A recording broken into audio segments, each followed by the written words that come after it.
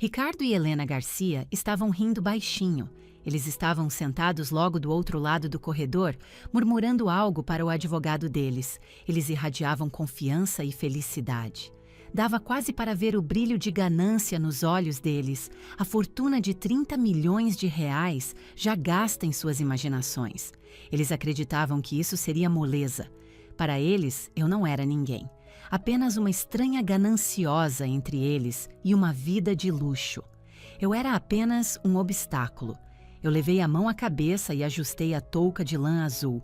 Sua textura familiar e um pouco áspera era um consolo, um elo com o homem que realmente tinha sido meu pai. O homem que eles agora estavam chamando de sequestrador. Um leve tremor percorreu minhas mãos, mas mantive minha expressão como uma máscara de calma. Eu os observei trocarem outro sorriso presunçoso. Eles não tinham a menor ideia de quem eu realmente era.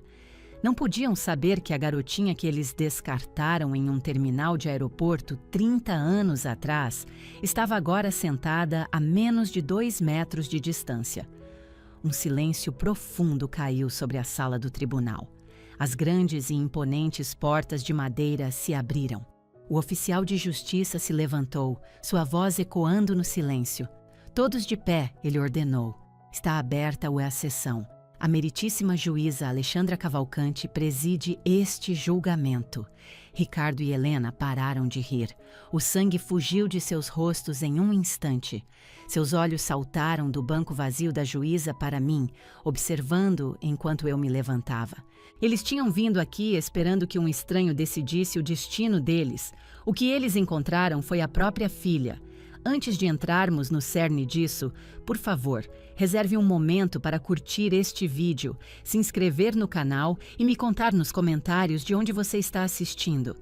Eu tenho que levar você de volta ao dia em que minha vida realmente começou. Não foi o dia em que nasci.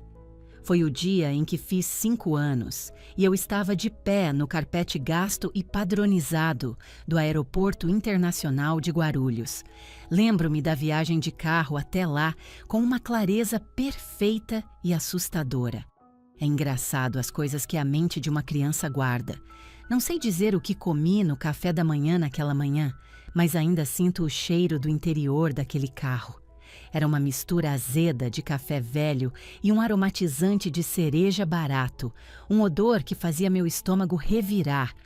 Eu estava no banco de trás, pequena para a minha idade, com os joelhos abraçados contra o peito.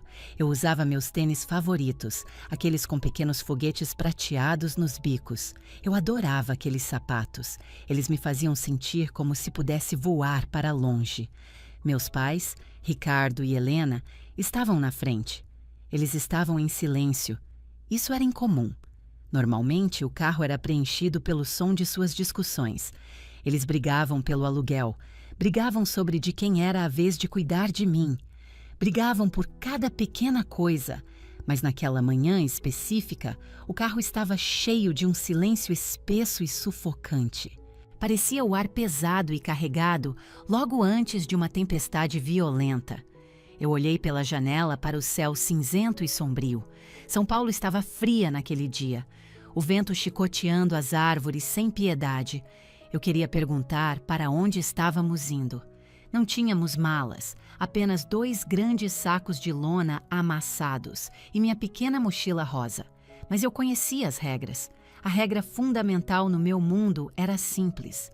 Fique quieta. Silêncio significava segurança. Fazer perguntas atrairia os gritos de Ricardo. Chorar atrairia o suspiro longo e teatral de Helena, como se eu fosse um fardo pesado demais para carregar. Então eu fiquei quieta. Olhei para os meus sapatos de foguete e mantive a boca fechada. Paramos no meio-fio dos desembarques. O aeroporto era uma sinfonia caótica de carros buzinando e pessoas correndo em todas as direções. Ricardo desligou o motor, mas não olhou para trás para me ver. Ele apenas olhou para Helena. Vamos acabar logo com isso, ele murmurou. Helena deu um aceno tenso. Ela parecia pálida como um fantasma e suas mãos tremiam enquanto ela abria a porta. Eu saí apressada do banco de trás. O barulho era um golpe físico, ônibus roncando, apitos agudos, pessoas gritando. Era aterrorizante. Instintivamente tentei segurar a mão de Helena, precisando de apoio, precisando que ela me dissesse que tudo ficaria bem. Ela puxou a mão rapidamente, como se meu toque a tivesse queimado.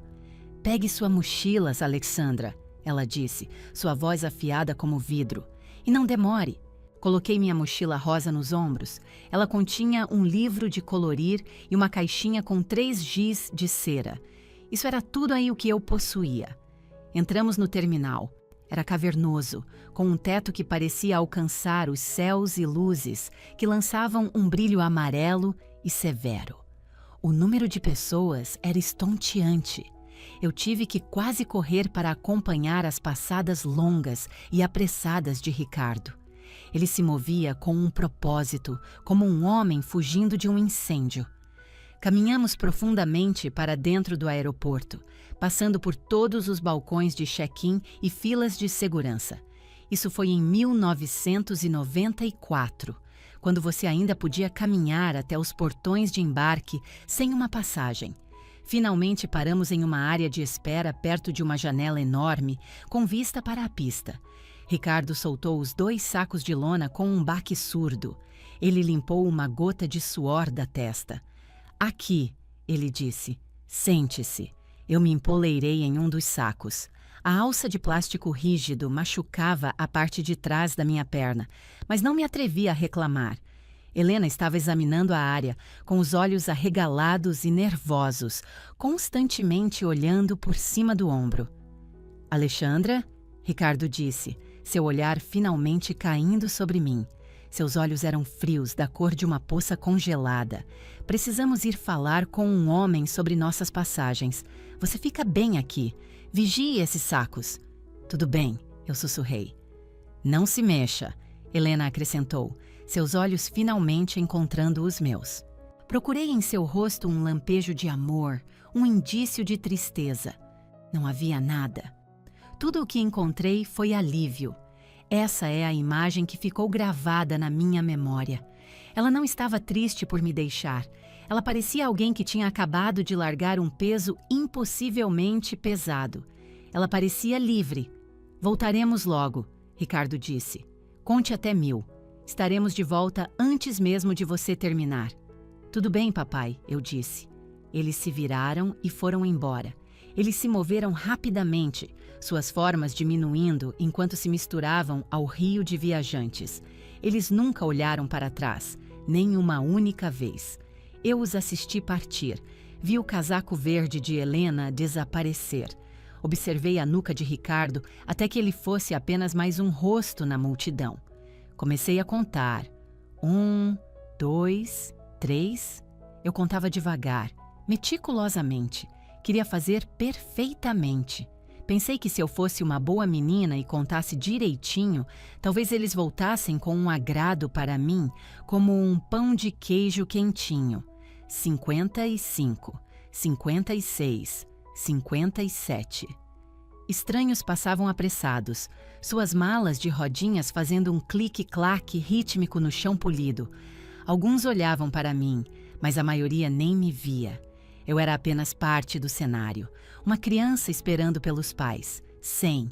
Meus pés começaram a balançar. Olhei para o relógio gigante na parede. O ponteiro vermelho dos segundos parecia rastejar.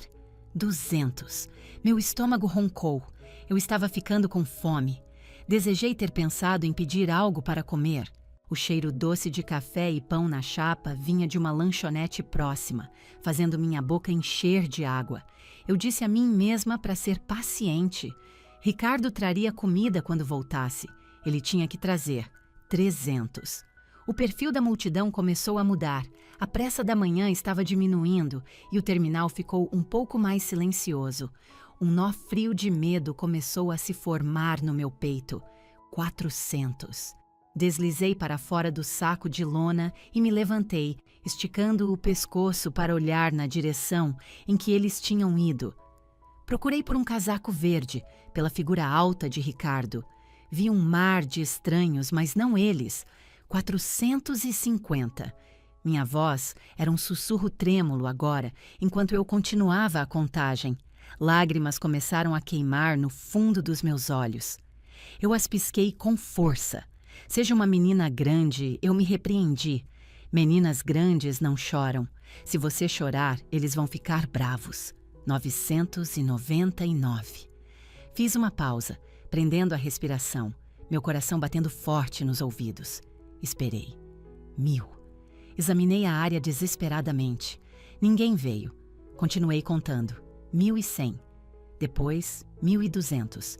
Sentei-me novamente no saco de lona. O nível de ruído do aeroporto subia e descia com o ritmo dos voos que chegavam e partiam. A luz que entrava pelas janelas enormes mudou do branco brilhante da manhã para o dourado quente da tarde. Eu realmente precisava ir ao banheiro, mas segurei. Eu estava apavorada de me mexer. Ricardo tinha dito, não se mexa. Se eu me mexesse, eles poderiam passar direto por mim. Se eu me mexesse, seria tudo culpa minha que eles não conseguiram me encontrar. Então eu fiquei. Fiquei sentada ali por horas. Minhas pernas ficaram dormentes. Meu estômago doía com uma fome surda e persistente. Mas a dor mais aguda não era física. Era o despertar lento e agonizante de uma verdade terrível.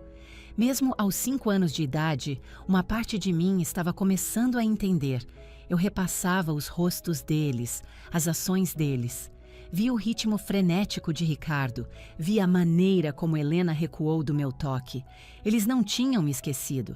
Você esquece suas chaves, você esquece onde estacionou o carro, você não esquece seu filho.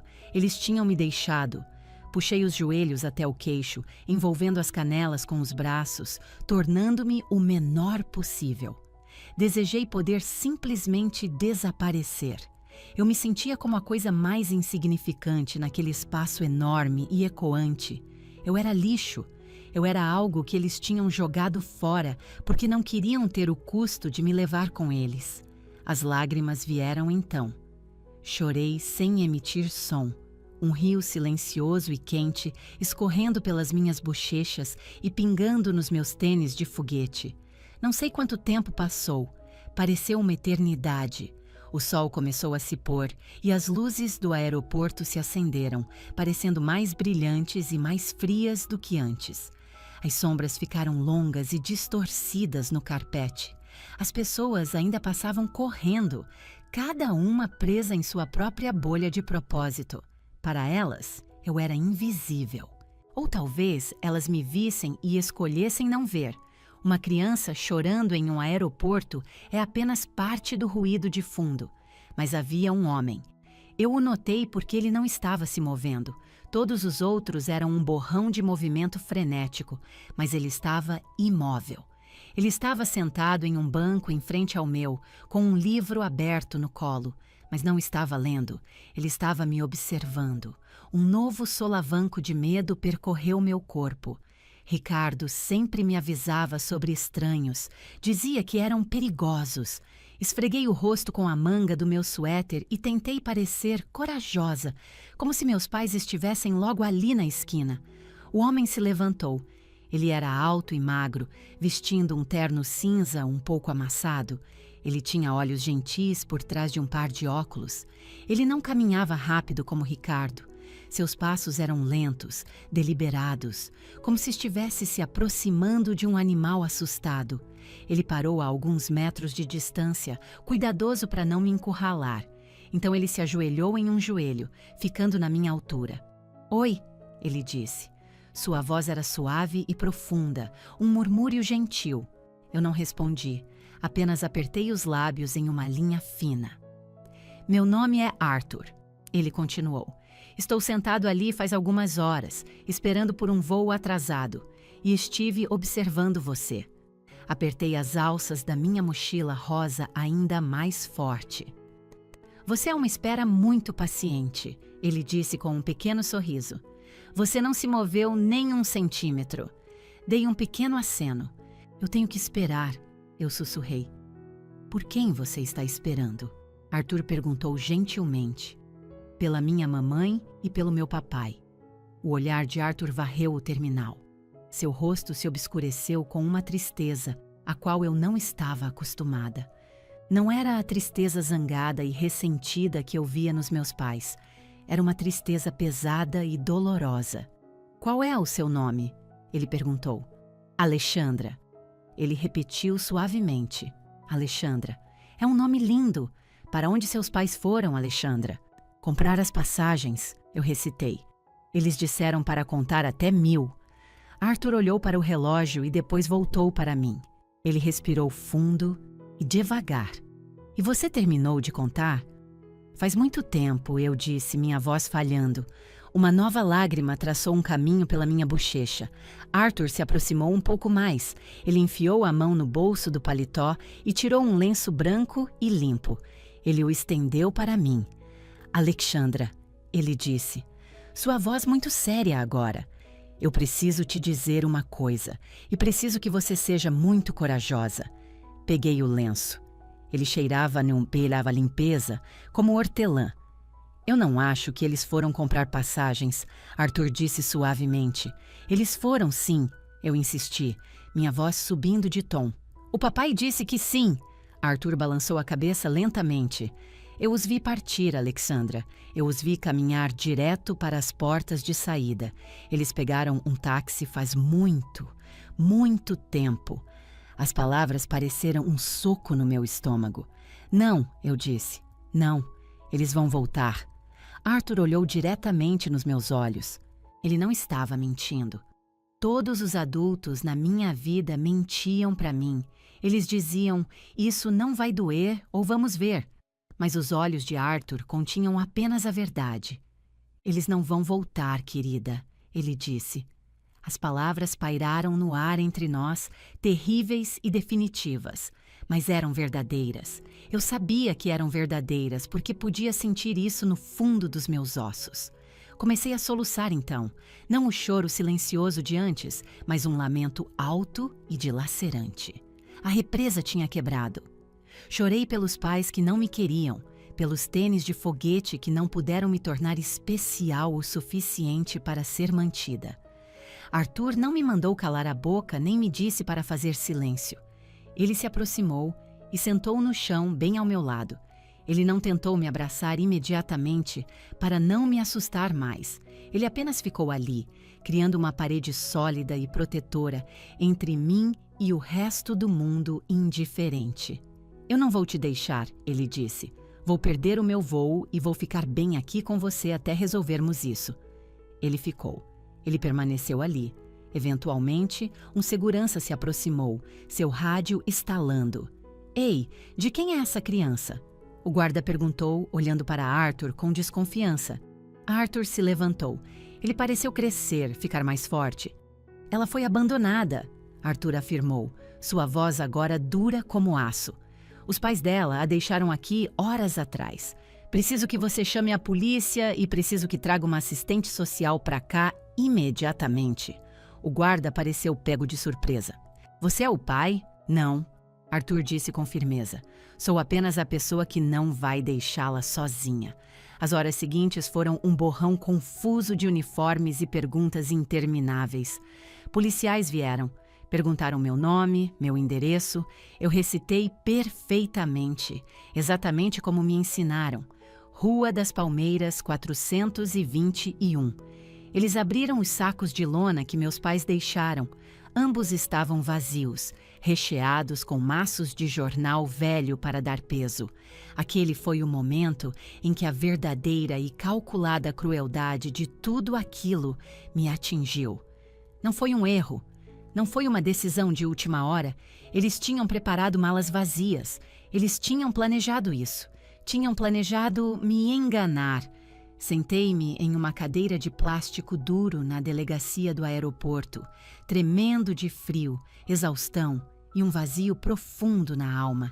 Então, uma mão apareceu na minha frente, segurando um pão de queijo quentinho com cheiro de queijo curado. Olhei para cima. Era Arthur. Ele ainda estava lá. Ele estava com o paletó pendurado no braço e parecia exausto, mas ofereceu um pequeno e cansado sorriso. "Eu disse que não te deixaria", ele disse. "Coma isso. Você precisa de forças."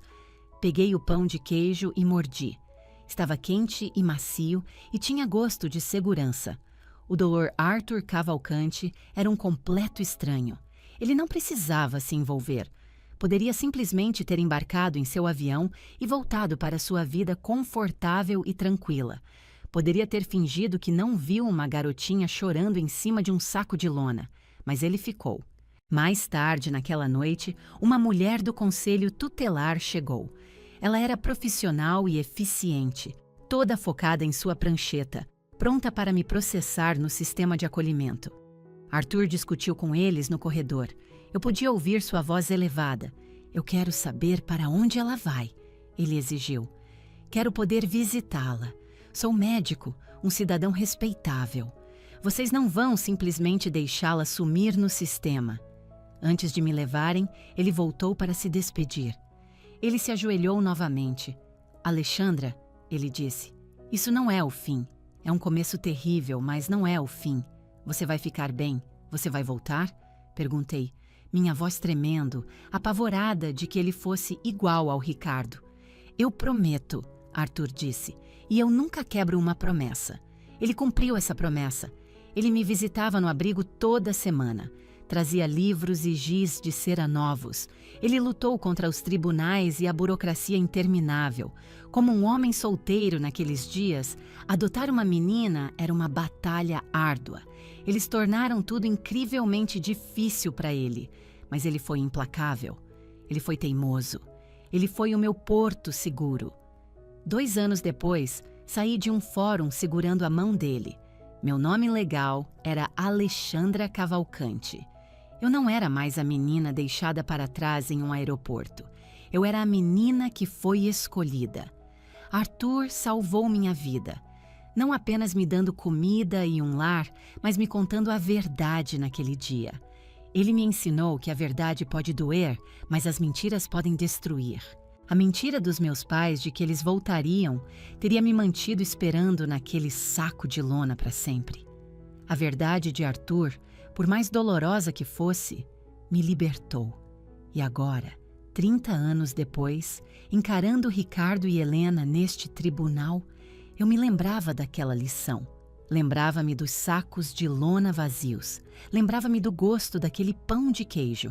E eu sabia exatamente o que tinha que fazer. 30 anos depois, eu estava na chuva novamente. Mas desta vez, não estava em um aeroporto. Estava em um cemitério. Eu tinha 35 anos. Era juíza. As pessoas me chamavam de excelentíssima. Eu tinha um diploma de direito pendurado na parede do meu escritório e uma toga preta no meu armário.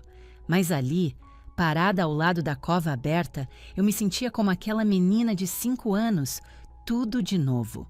Pequena, assustada e completamente sozinha. Estávamos enterrando o Arthur. Ele tinha falecido pacificamente durante o sono. Seu coração simplesmente parou. Foi um fim suave para o mais gentil dos homens. Mas para mim, parecia que meu mundo tinha se despedaçado. O funeral estava lotado. Arthur tinha sido um médico de família, amado por 40 anos, curando ossos quebrados e cuidando de joelhos ralados de metade da cidade. As pessoas vinham oferecer suas condolências. Sinto muito, Alexandra, diziam. Ele era um homem maravilhoso. Eu acenava e apertava as mãos deles, mas não conseguia encontrar minha voz. Um nó apertado de luto estava preso na minha garganta. Eu estava usando uma touca de lã azul. Era velha e um pouco piniquenta. Um presente de Arthur no nosso primeiro Natal juntos. Eu a usava como uma armadura, precisando sentir a presença dele perto de mim. Após o serviço, fui ao escritório do advogado de Arthur, o Sr. Henrique, um amigo de longa data dele. O escritório cheirava a couro velho e hortelã, um aroma que geralmente trazia conforto, mas hoje apenas aprofundava minha sensação de perda. Afundei em uma grande poltrona de couro, esperando que a reunião fosse breve. Arthur tinha vivido uma vida modesta. Ele dirigia um sedã de 10 anos e morávamos em uma casa pequena e charmosa com uma varanda que sempre precisava de uma nova demão de tinta. Ele revezava os mesmos 3 ternos desde que eu conseguia me lembrar. Presumi que ele tivesse me deixado a casa, o carro e talvez o suficiente para cobrir alguns meses de despesas. O Sr. Henrique ajustou os óculos e olhou para uma pasta grossa. Alexandra, ele começou, o Arthur alguma vez discutiu os investimentos dele com você?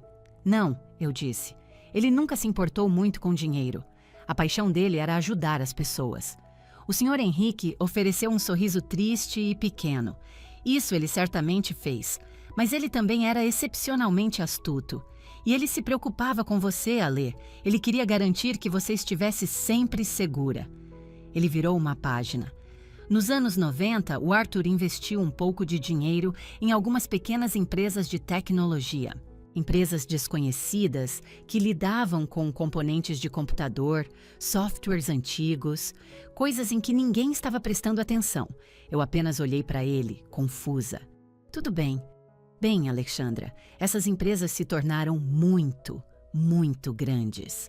O Sr. Henrique deslizou uma única folha de papel sobre a mesa de mogno polido. Tinha um número impresso nela, um número muito, muito longo.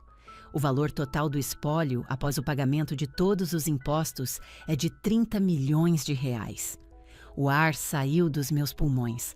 A sala começou a inclinar. O quê? Eu sussurrei. 30 milhões. O Sr. Henrique repetiu suavemente. Ele nunca tocou em um centavo desse dinheiro, apenas deixou crescer. Ele sempre dizia que era a sua rede de segurança. Ele queria que você tivesse a liberdade de fazer qualquer coisa que sonhasse. Olhei para o número, mas ele não parecia real. Parecia algo de um jogo de tabuleiro. Arthur, meu pai quieto e humilde que cortava cupons de desconto meticulosamente, era um multimilionário secreto. E ele nunca disse uma palavra.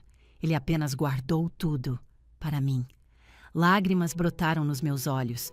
Não era pelo dinheiro. Eu não poderia me importar menos com o dinheiro. Era a prova pura e esmagadora do seu amor. Ele passou 3 décadas construindo uma fortaleza inabalável para a garotinha que tinha sido jogada fora, certificando-se de que eu nunca mais teria que ficar em um meio-fio esperando que alguém voltasse por mim. É tudo seu, Alexandra, o Sr. Henrique disse baixinho.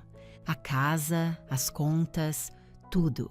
Fui para casa, para a nossa casa, agora estranhamente silenciosa. Parecia vazia. Fiz um chá e me sentei no sofá, segurando a touca azul no colo, sentindo o peso imenso do seu amor e da minha gratidão. Achei que a pior parte tinha passado.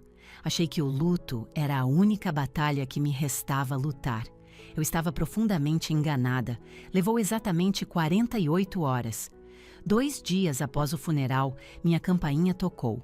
Um homem em um terno barato e mal ajustado estava na minha varanda. Ele não era um amigo ou ex-paciente do Arthur. Você é Alexandra Cavalcante? Ele perguntou roboticamente. Sim, eu disse. Ele enfiou um envelope grosso nas minhas mãos. Você foi citada. Ele girou nos calcanhares e foi embora sem dizer mais nada. Fiquei parada na varanda, minha mente girando. Meu coração começou a martelar contra as costelas. Como juíza, eu sabia o que era aquilo. Rasguei o envelope. O cabeçalho jurídico formal no topo da página pareceu saltar para cima de mim. Tribunal de Justiça do Estado de São Paulo. Autores: Ricardo Garcia e Helena Garcia. Réu: espólio de Arthur Cavalcante. Congelei completamente. Os nomes saltaram da página como aranhas venenosas. Ricardo e Helena, meus pais biológicos. Eu não os via nem ouvia falar deles há 30 anos. Nem sabia se ainda estavam vivos, mas de alguma forma eles sabiam sobre mim. E mais importante, sabiam sobre o dinheiro. A notícia sobre a herança de Arthur deve ter se tornado pública, ou talvez tenham visto um obituário mencionando sua amada filha. Como quer que tenham descoberto, eles se moveram com a velocidade de um raio, mais rápido do que jamais se moveram para voltar por mim no aeroporto. Li o primeiro parágrafo do processo e meus joelhos fraquejaram. Tive que me sentar nos degraus da varanda para não cair. Eles não estavam apenas processando pelo dinheiro. Eles estavam tentando reescrever a história. Sentei-me no concreto frio e li o documento. O sol brilhava, os pássaros cantavam, mas na minha cabeça eu estava de volta àquele carro escuro, sufocando com o cheiro de café velho e cerejas. O processo era uma obra-prima da ficção, uma mentira tão audaciosa que me tirou o fôlego. O documento pintava Ricardo e Helena Garcia como pais amorosos e dedicados que tinham sido vítimas de uma tragédia horrível. Alegava que na data de 14 de novembro de 1994, os autores foram tragicamente separados de sua filha menor durante uma situação de emergência caótica no Aeroporto Internacional de Cumbica. Separados. Essa foi a palavra que usaram. Como se tivéssemos simplesmente nos perdido um do outro em uma multidão. Como se tivessem se virado por um segundo e eu tivesse desaparecido. Forcei-me a continuar lendo. Ficava pior. Os autores procuraram desesperadamente pela filha, alegava o texto. No entanto, o réu, doutor Arthur Cavalcante, tomou ilegalmente a custódia da criança e deliberadamente ocultou o paradeiro dela de sua família amorosa. Minhas mãos começaram a tremer e amassei o papel grosso no meu punho. Eles estavam acusando o Arthur de me sequestrar. Estavam tentando pintar o homem que me salvou. O homem que sentou comigo no chão sujo de um aeroporto enquanto eu chorava. O homem que me escolheu quando eles me jogaram fora. Eles o estavam chamando de criminoso. O processo pedia indenização por danos morais e sofrimento emocional. Alegava que eles passaram 30 anos agonizantes de luto pela filha perdida, sofrendo cada dia, imaginando onde eu estava. E por esse sofrimento imenso, exigiam compensação. Queriam todo o espólio, a casa, o carro e especificamente os 30 milhões de reais. Deixei os papéis caírem nos degraus e senti uma onda de náusea. Corri para dentro e passei mal. Quando terminei, joguei água fria no rosto e olhei meu reflexo no espelho. Procurei pela garotinha assustada, pela vítima, mas ela não estava lá. Vi uma mulher, vi uma juíza, vi a filha de Arthur Cavalcante. Voltei para a varanda e peguei os papéis, lendo-os novamente. Desta vez, li não com o coração, mas com minha mente jurídica. A narrativa era polida, eles tinham um bom advogado.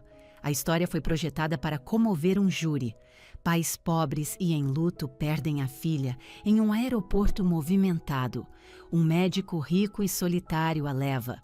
Os pais a encontram 3 décadas tarde demais. Era um enredo de filme, mas estava cheio de furos. Se eles tivessem procurado desesperadamente, onde estavam os boletins de ocorrência? Se eles sentiam tanto a minha falta, por que nunca tentaram contato com o conselho tutelar ou as agências de adoção? Se eles me amavam, por que eu me lembrava tão claramente dos sacos de lona vazios recheados de jornal? As malas vazias. Fechei os olhos e a imagem era nítida. O jeito que elas não faziam barulho quando Ricardo as soltava. O jeito que foram feitas para enganar. Eles não me encontraram por um surto súbito de amor paternal. Não passaram 30 anos sentindo falta do meu sorriso.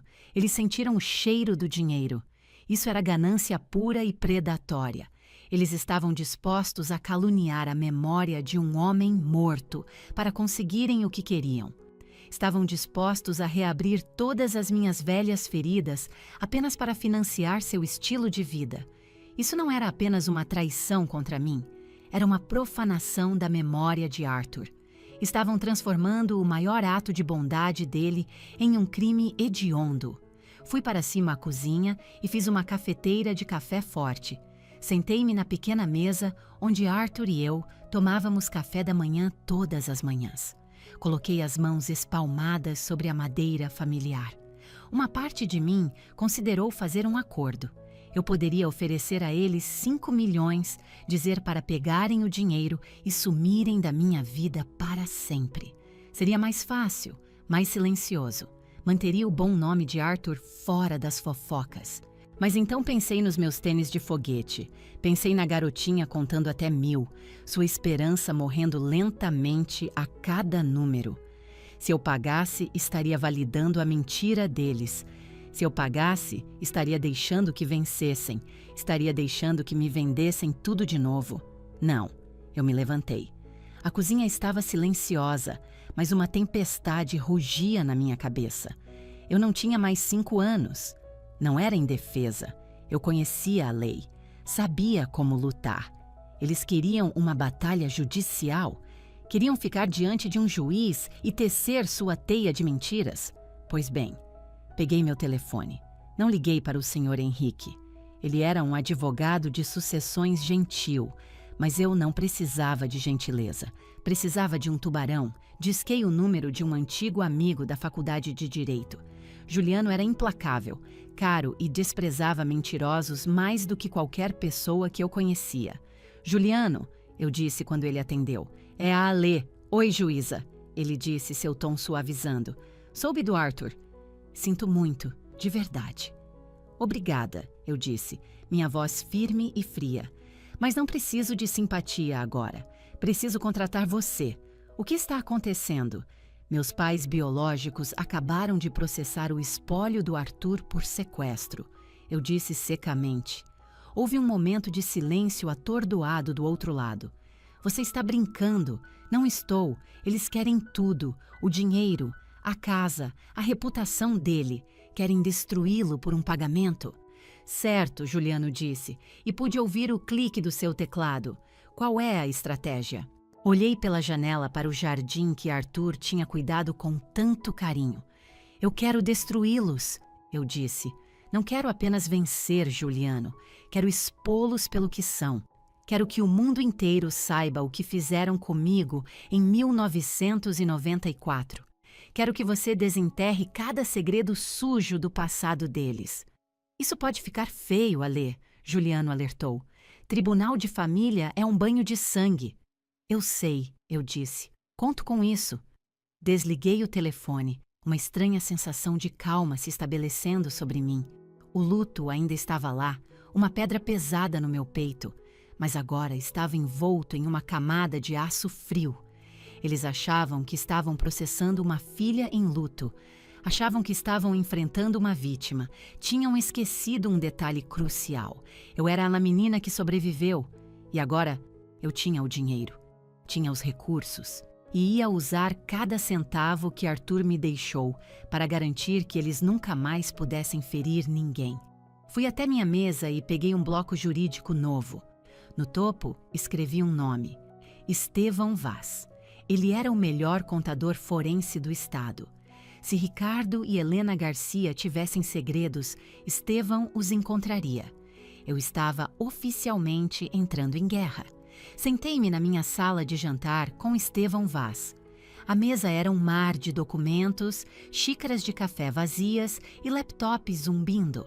Estevão era um homem quieto e intenso, com olhos aguçados por trás de óculos de armação fina.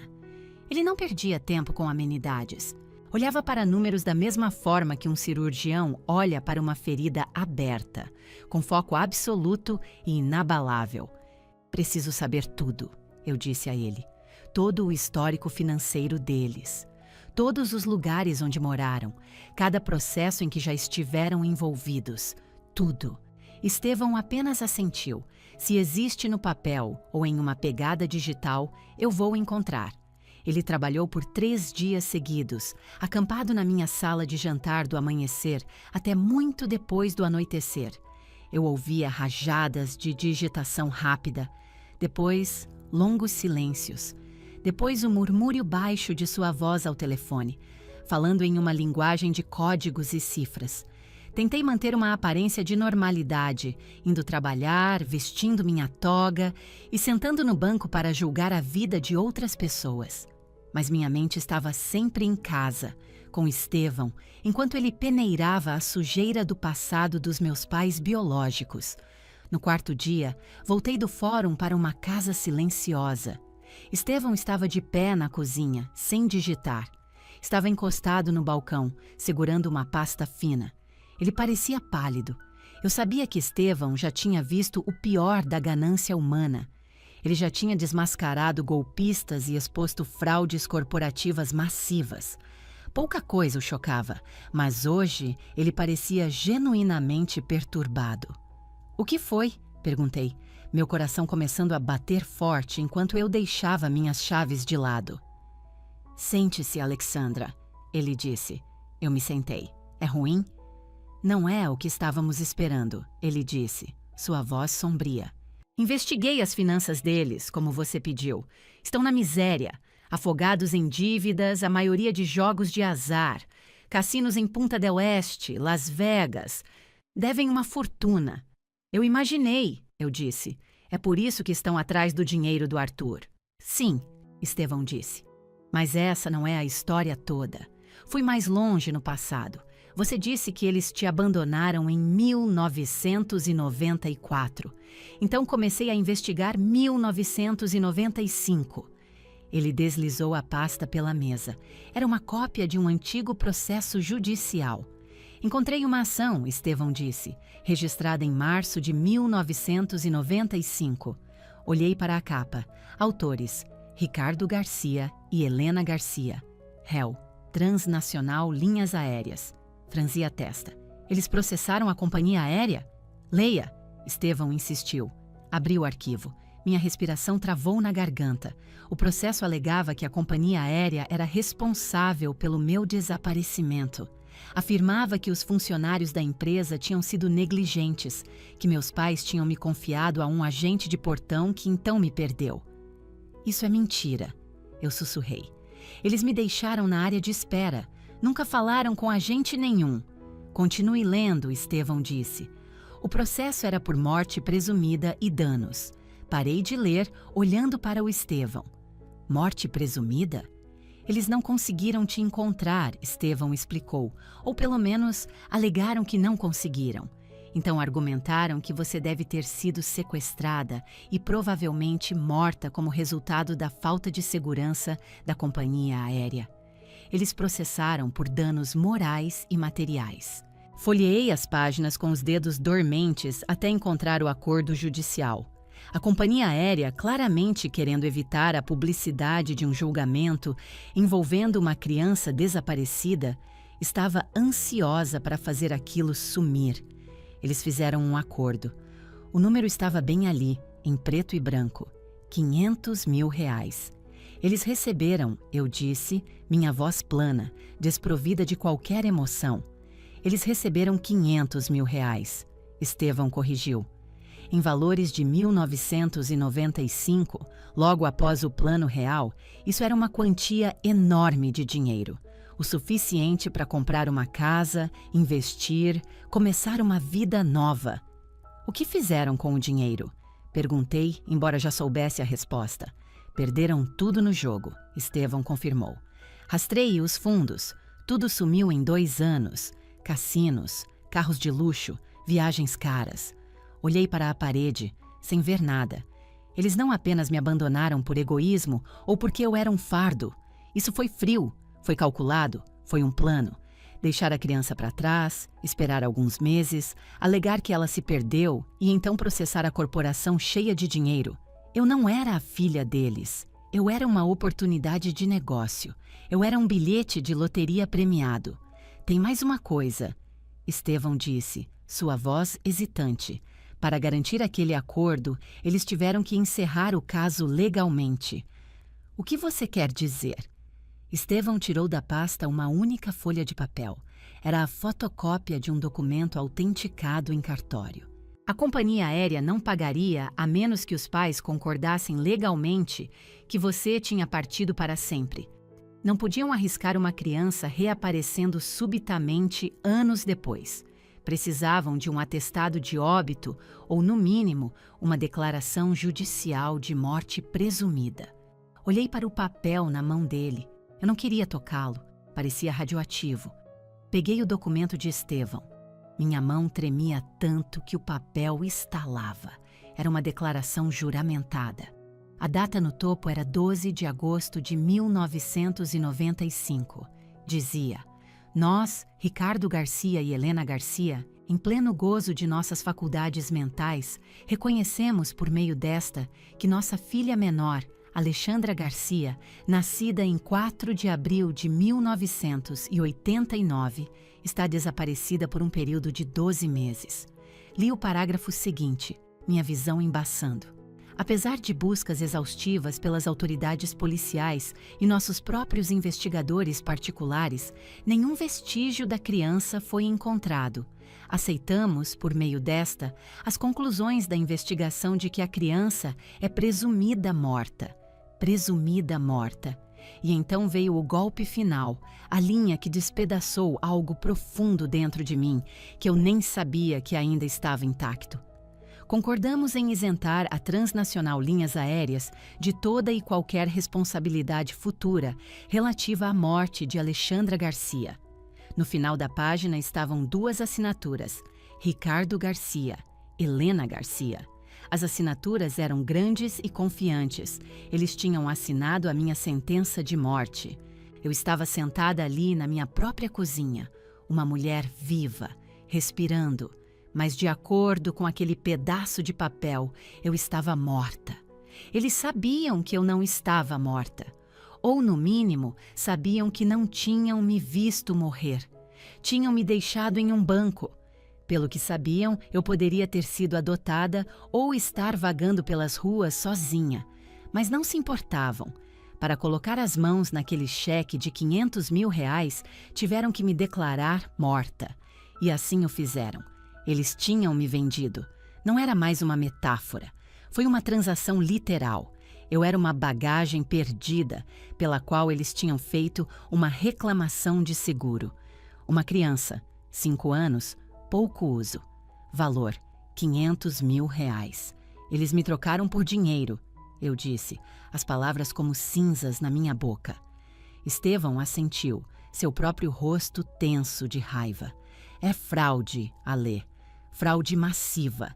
Eles mentiram para o tribunal em 1995 e estão mentindo para o tribunal novamente com este novo processo. Olhei para as assinaturas deles. Eles estão processando o Arthur por sequestro, pensei alto. Todo o caso deles depende de serem pais em luto que foram roubados de sua filha. Exatamente, Estevão disse. Mas em 1995, continuei, um sorriso frio e duro se espalhando pelo meu rosto. Não era um sorriso feliz, era o sorriso de um predador. Eles juraram sob juramento que eu estava morta. Eles não podem ter as duas coisas, eu disse, minha voz baixa e perigosa. Você não pode declarar seu filho morto para receber um seguro e depois, 30 anos depois, processar alguém por sequestrar a mesma criança que você jurou que estava morta. Eu me levantei. Uma onda de energia pura e focada percorrendo meu corpo. O choque e a tristeza tinham sumido, queimados por uma raiva incandescente. É isso, eu disse. Esta é a prova definitiva. Peguei a declaração, segurando-a como se fosse um texto sagrado.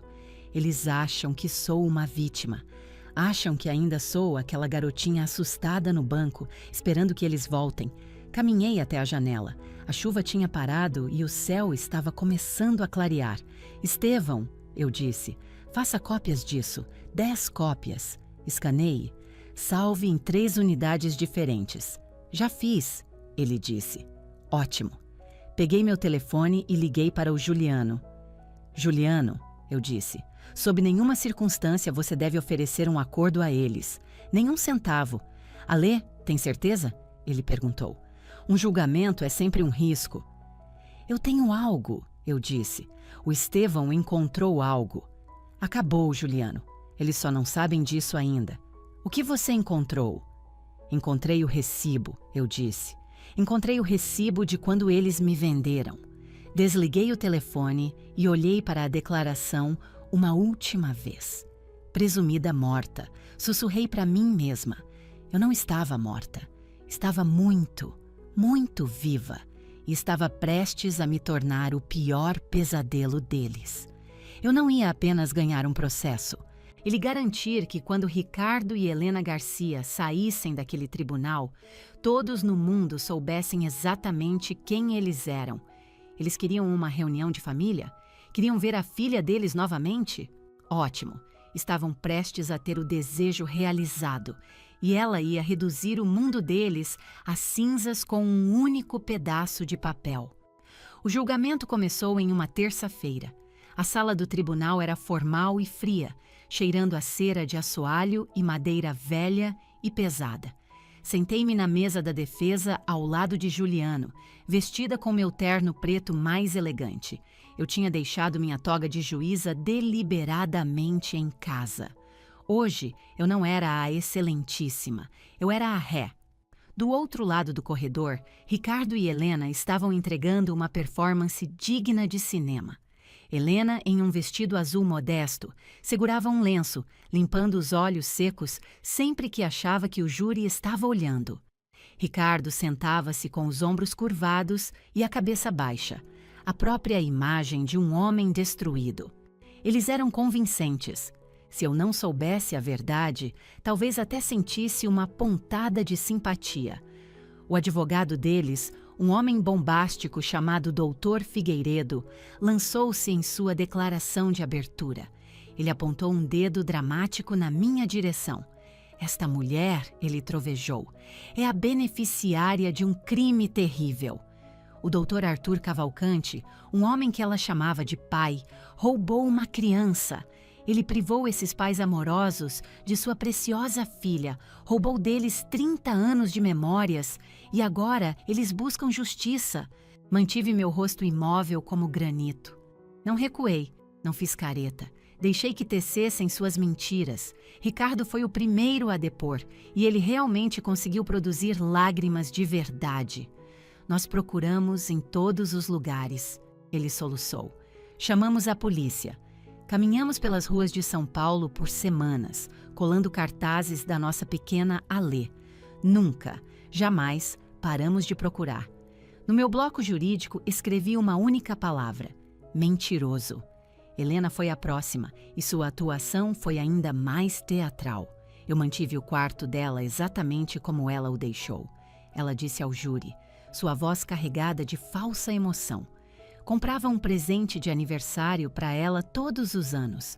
Rezava todas as noites pelo seu retorno seguro. O júri parecia comovido.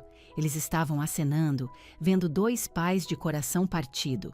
Não viam os predadores por trás das máscaras. Então, foi a nossa vez. Juliano se levantou, abotoou o paletó e calmamente se aproximou do banco. A defesa chama Sofia Garcia ao banco de testemunhas. Ele anunciou. Uma onda de confusão percorreu o tribunal. As cabeças de Ricardo e Helena deram um solavanco, seus rostos uma mistura de choque e horror. Eles não tinham ideia de que eu a tinha encontrado. As portas ao fundo da sala se abriram e uma mulher entrou. Ela tinha os meus olhos, mas parecia desgastada pela vida, mais velha do que seus 32 anos. Seus ombros estavam caídos e ela usava um suéter cinza simples. Ela era a irmã que eu nunca tive a chance de conhecer. O bebê de quem Helena estava grávida quando me deixaram no aeroporto. Eles a mantiveram. Ela passou pela mesa dos pais sem lançar um único olhar, seu rosto firme como pedra. Foi direto para o banco de testemunhas e se sentou. Diga seu nome para o registro, o escrivão murmurou. Sofia Garcia, ela disse, sua voz baixa, mas firme. Juliano se aproximou dela. Dona Sofia, qual é a sua relação com os autores, Ricardo e Helena Garcia? Eles são meus pais, ela disse. E qual é a sua relação com a ré, Alexandra Cavalcante? Os olhos de Sofia encontraram os meus. Estavam cheios de uma tristeza profunda e herdada, mas ela me ofereceu um pequeno e corajoso sorriso. Ela é minha irmã mais velha, Sofia disse claramente. Aquela que eles sempre me disseram que estava morta. Ricardo saltou da cadeira. Protesto! Ela não sabe do que está falando. Sente-se, Sr. Garcia, a juíza Eliana ordenou, sua voz afiada. Juliano continuou. Sofia, conte ao tribunal sobre sua infância. Seus pais alguma vez falaram da Alexandra? Sim, Sofia disse, mas não desse jeito. Eles não choravam, não guardaram o quarto dela. O que eles fizeram? Sofia respirou fundo e enfiou a mão na bolsa, tirando um maço de papéis amarelados e quebradiços. Eles comemoraram, ela disse. O tribunal ficou em silêncio. O que você quer dizer? Juliano perguntou gentilmente. Encontrei isso em uma caixa no sótão, Sofia disse, segurando os papéis. São recibos, os cassinos em Punta del Oeste e no Paraguai. Estão datados de novembro de 1995, dezembro de 1995, janeiro de 1996. Ela os ergueu para o júri ver. Eles me disseram que minha irmã, Alê, morreu em um acidente trágico, mas sempre que falavam do dinheiro que receberam por isso, não ficavam tristes. Fizeram viagens, compraram uma caminhonete 0 quilômetro, compraram uma lancha. Chamavam de o dinheiro do acordo. Sofia olhou diretamente para Ricardo, cujo rosto estava ficando de um vermelho manchado. Eu cresci vendo eles gastarem o dinheiro que receberam por ela, Sofia disse, sua voz ganhando força. Eles trataram a memória dela como um caixa eletrônico.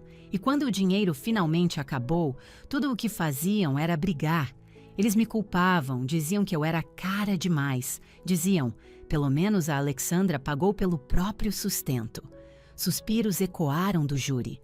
Eles usaram o desaparecimento da minha irmã para financiar o vício em jogo deles, Sofia afirmou, sua voz ressoando com convicção.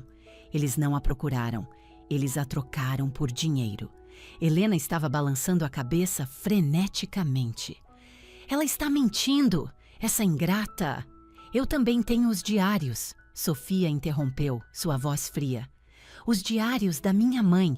Ela escreveu tudo sobre a bolada. Escreveu sobre como tiveram sorte da companhia aérea aceitar o acordo tão rápido.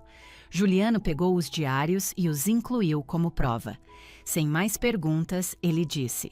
Sofia desceu do banco. Ao passar por mim, estendi a mão e apertei a dela. Ela apertou de volta. Sua mão estava fria, mas seu aperto era firme. O júri não estava mais olhando para Ricardo e Helena com simpatia. Estavam olhando para eles com uma suspeita crescente, vendo as rachaduras em sua fachada cuidadosamente construída. Mas nós não tínhamos terminado. Tínhamos mais um pedaço de papel, aquele que encerraria essa farsa de vez. A defesa tem mais alguma testemunha? A juíza Eliana perguntou. Juliano se levantou pegando a pasta fina que Estevão tinha me dado. Continha apenas um documento, mas estava carregado com o poder da verdade absoluta. Nenhuma testemunha, meritíssima, Juliano disse. Mas temos um item para contestação. Gostaríamos de chamar Ricardo Garcia de volta ao banco. Ricardo levantou-se lentamente, parecendo visivelmente nervoso agora. Voltou ao banco, sentou-se e mexeu na gravata, tentando projetar uma confiança que não sentia mais. Juliano se aproximou dele, deixando o documento virado para baixo na mesa. Senhor Garcia, Juliano começou, quero ser perfeitamente claro. O senhor testemunhou sob juramento que passou os últimos 30 anos procurando por sua filha, Alexandra. Isso está correto? Sim, Ricardo disse. Todos os dias. O senhor testemunhou que nunca perdeu a esperança de que ela estivesse viva. Nunca, Ricardo disse, tentando parecer nobre. Um pai nunca desiste. E o senhor testemunhou que o doutor Arthur Cavalcante a sequestrou e que o senhor não tinha ideia do que tinha acontecido com ela. Isso mesmo, Ricardo disse, sua voz recuperando um pouco da arrogância anterior. Ele a roubou de nós. Juliano assentiu lentamente, depois voltou para si a mesa e pegou o papel. Senhor Garcia, ele disse, o senhor reconhece esta assinatura? Juliano entregou o documento ao oficial de justiça, que por sua vez o entregou a Ricardo. Ricardo olhou para o papel. Seu rosto mudou. Foi como ver uma figura de cera derreter sob uma lâmpada de calor. A cor sumiu, deixando um cinza pastoso. Sua boca se abriu, mas nenhuma palavra saiu. Suas mãos começaram a tremer tanto que o papel batia contra o microfone. Senhor Garcia, Juliano instigou, essa é a sua assinatura? Ricardo não respondeu. Ele parecia não conseguir respirar. "Permita-me ler para o tribunal", Juliano disse, pegando sua própria cópia. "Esta é uma declaração juramentada, datada de 12 de agosto de 1995. Foi registrada no processo judicial de Garcia contra a transnacional Linhas Aéreas." Juliano fez uma pausa, deixando seus olhos varrerem o júri. Diz o seguinte, e cito: "Nós, Ricardo e Helena Garcia, reconhecemos que a filha menor, Alexandra Garcia, é presumida morta." Um suspiro coletivo varreu a sala. Juliano voltou seu olhar penetrante para Ricardo. Sua voz era como um estalo de chicote. "O senhor assinou um atestado de óbito moral, senhor Garcia", Juliano disse. "O senhor ficou diante de um tribunal em 1995 e jurou que sua filha estava morta. O senhor aceitou um acordo de R$ 500 mil de uma companhia aérea porque jurou que ela estava morta." Ricardo estava suando profusamente agora, gotas escorrendo pelo nariz. E ainda assim, Juliano continuou: "O senhor senta aqui hoje e diz a este tribunal que passou 30 anos procurando por uma criança que sabia estar viva. O senhor nos diz que o Dr. Cavalcante sequestrou uma criança que, de acordo com seu próprio testemunho juramentado, já estava morta." Juliano inclinou-se para perto, sua voz caindo para um rosnado baixo e ameaçador. "Então, Sr. Garcia, tenho uma pergunta muito simples para o senhor." A sala estava tão silenciosa que se podia ouvir o relógio na parede ticando. "O senhor estava mentindo em 1995, quando pegou o dinheiro?" Juliano perguntou. "Ou está mentindo agora para conseguir mais dinheiro?" Ricardo olhou desesperadamente para o seu advogado, que estava olhando para a mesa, recusando-se a encontrar os olhos do cliente. Ele sabia que tinha acabado. Ricardo olhou para Helena. Ela tinha enterrado o rosto nas mãos. Eu... Ricardo gaguejou. Nós achamos que... Vocês acharam que poderiam se safar?" Juliano terminou por ele. "Vocês a declararam morta para receber um pagamento. E quando descobriram que ela estava viva e rica, tentaram ressuscitá-la para outro pagamento." Juliano virou-se para a juíza Eliana. "Meritíssima, isso é fraude, isso é perjúrio." Os autores entraram com uma ação frívola e maliciosa baseada em alegações que sabem ser comprovadamente falsas. Eles já aceitaram legalmente a morte desta criança. Não têm legitimidade para processar pelo sequestro de uma criança que eles mesmos declararam morta 30 anos atrás. A juíza Eliana olhou para Ricardo com um desprezo indisfarçável. Ela era mãe. Eu sabia que ela tinha 2 filhos pequenos. Eu podia ver o nojo em seu rosto. "Senhor Garcia", ela disse, sua voz gélida, "pode se retirar do banco." Ricardo tropeçou ao sair, quase caindo. A juíza Eliana bateu o martelo, o som como um tiro na sala silenciosa. "Processo extinto", ela declarou, com julgamento de mérito e impossibilidade de nova ação. Mas ela não tinha terminado. "Oficial de justiça", ela ordenou. "Por favor, tranque as portas da sala." Ricardo e Helena olharam em volta em pânico. "Estou dando voz de prisão aos autores por crime de perjúrio e fraude processual", a juíza Eliana anunciou. "E estou encaminhando imediatamente todo este assunto ao Ministério Público. Recomendo denúncia por falso testemunho, fraude contra a seguradora e tentativa de extorsão." As portas ao fundo se abriram e 2 policiais fardados entraram, as algemas brilhando nos cintos. Ricardo começou a gritar. "Não!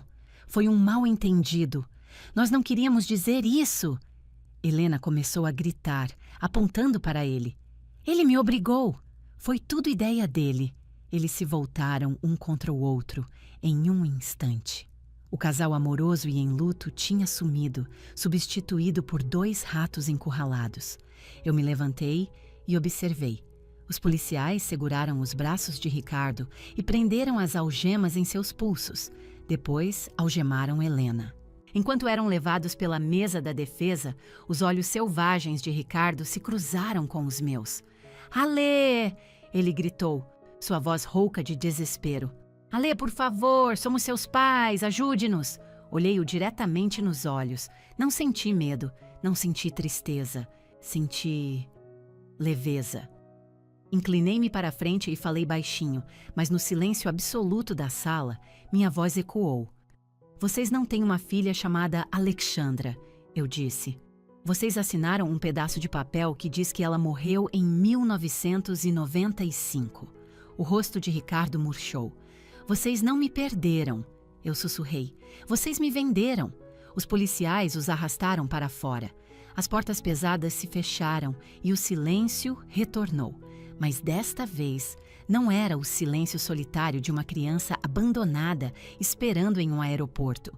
Era o silêncio da paz. Era o silêncio da justiça.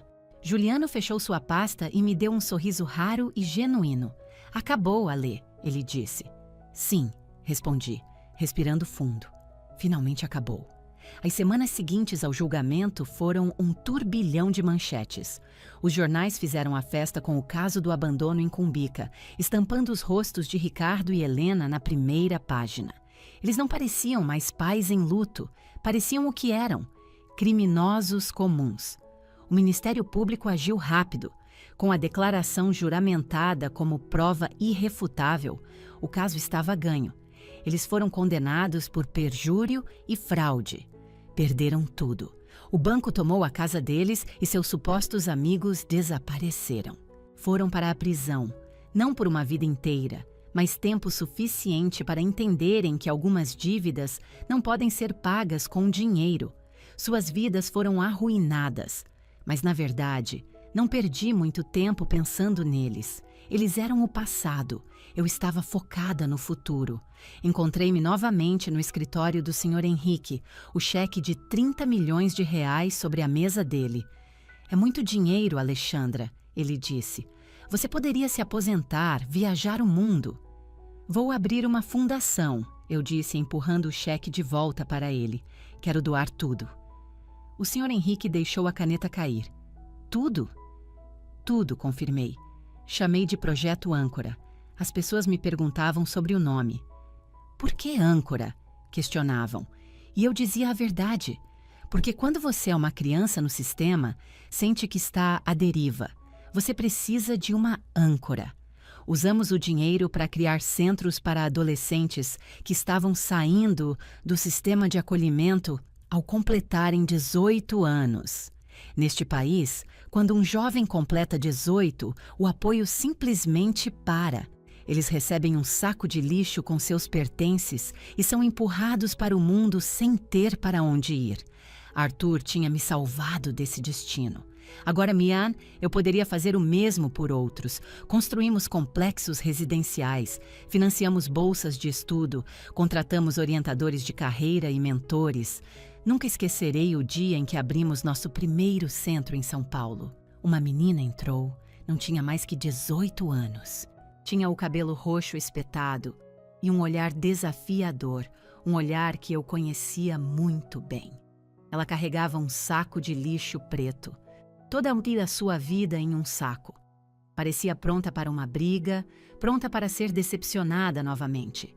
Parecia exatamente como eu costumava me sentir. Caminhei direto até ela. Bem-vinda ao seu lar, eu disse.